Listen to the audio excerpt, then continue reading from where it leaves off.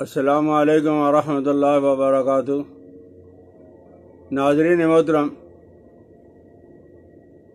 ہمارے پاکستان میں کنگنی ایک غلہ ہوتا ہے۔ غلہ کنگنی یہ پھولے ہوئے پیڑ کو کم اور کمر کو بہت زیادہ مضبوط کرتا ہے۔ یہ غلہ پاکستان کی منڈیوں میں عام مل جاتا ہے۔ زیادہ تر وہاں جو اشخاص پرندوں کا دانہ بیچتے رہتے ہیں، وہاں سے یہ آپ کو آرام کے ساتھ مل جائے گا۔ پھر بھی پتہ نہ چلے تو اپنے بڑے باپ دادا سے، اماں اور دادی سے پتہ کر لیں، کسی زمیندار سے پتہ کر لیں۔ بہرحال کنگنی مشہور غلہ ہے، لیکن جتنا یہ اچھا ہے اتنا ہی پاکستان میں اس کی پیداوار پہ زیادہ توجہ نہیں دی جاتی۔ فارسی میں اس کو ارزان کہا جاتا ہے، ارزاں، اور عربی کے اندر اس کو دخن کہا جاتا ہے۔ اس کا مزاج گرم اور خشک ہے، اور اس میں اللہ نے لخمیات بھی رکھے ہیں، نشاستہ رکھا ہے۔ اسی طرح تھوڑا سا فولاد بھی پایا جاتا ہے، کیلشیم ہے، یعنی انسانی جسم کے لیے جو مین وٹامنز ہیں وہ اللہ نے اس کے اندر رکھے ہوئے ہیں۔ پیٹ میں اگر پانی جمع ہو جائے، کچھ لوگوں کا پیٹ بہت ابھرا ہوا ہوتا ہے، لوگ کہتے ہیں مذاق میں کہ یہ جو وہ آپ نے ڈول کہاں سے خریدا ہے، یہ گھڑا آپ نے کہاں سے خریدا ہے۔ بہرحال اس طرح کا پیٹ جو سوج جاتا ہے، پیٹ بڑھ جاتا ہے، اور اس میں سے پانی نکالنے کے لیے یہ کنگنی غلہ کا یا وہ آٹا بنا کے، روٹی بنا کے لوگ استعمال کرتے ہیں۔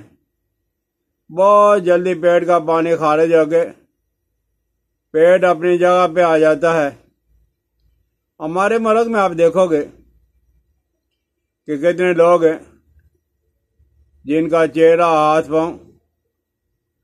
پپوٹے سوجے ہوئے ہوتے ہیں، پھولے ہوئے ہوتے ہیں، اور وہ پیٹ کے بننے کا اور پانی کے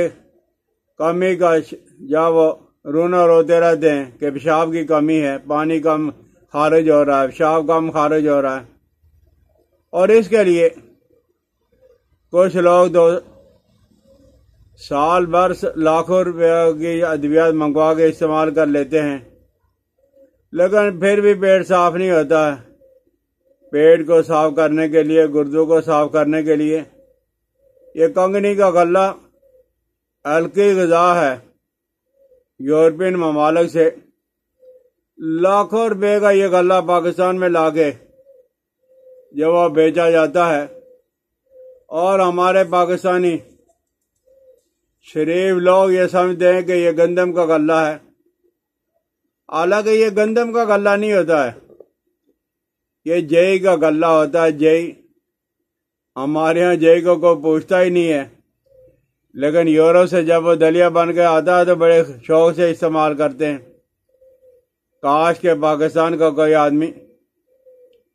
جئی، کنگنی، باجرہ کا دلیا بنا کے اچھی پیکنگ کر کے مارکیٹ کے اندر لائے، ہمارا زر مبادلہ بھی بچ جائے گا، کتنے ہی لوگوں کو روزگار بھی مل جائے گا، اور کتنی مخلوق خدا اس کو استعمال کر کے اس سے فائدہ حاصل کرے گی۔ جب کبھی کہ انسان کا پیٹ خراب ہو جائے کسی وجہ سے، بد ہضمی یا کوئی اور وجہ، تو آپ کھانا پینا بالکل بند کر دو، پھر یہ جو کنگنی بوٹی ہے یہ چھٹانگ سے لے کے ایک پاؤ تک اس کا دلیا بنا کے کھا لو، 1-2 دن کے اندر آپ دیکھو گے کہ پیٹ آپ کا صاف ہو جائے گا۔ جب کبھی چھاتی بے کھرکھراہٹ ہو، یعنی بلغم کی وجہ سے کھرکھراہٹ ہوتی ہے، آپ کنگنی بوٹی کا 1 پاؤ غلہ لے لو اور 1 پاؤ دودھ میں 1 پاؤ پانی ڈال کے یہ آپ دلیا پکا لو کنگنی والا، آپ استعمال کر لو گے انشاءاللہ العزیز 1-2 دن کے اندر ہی جب آپ دیکھو گے کہ پیٹ صاف ہو گیا۔ ضعف جگر اور بدن کے مختلف حصوں میں اکثر دردیں ہوتی رہتی ہیں، بلکہ آج کل تو ہر آدمی کو ہوتی ہیں، تو آپ ایک چھٹانک کنگنی کا یا وہ غلہ لے لیں، کوٹ لیں، یا اس کا بنا ہوا دلیا لے لیں اور اس میں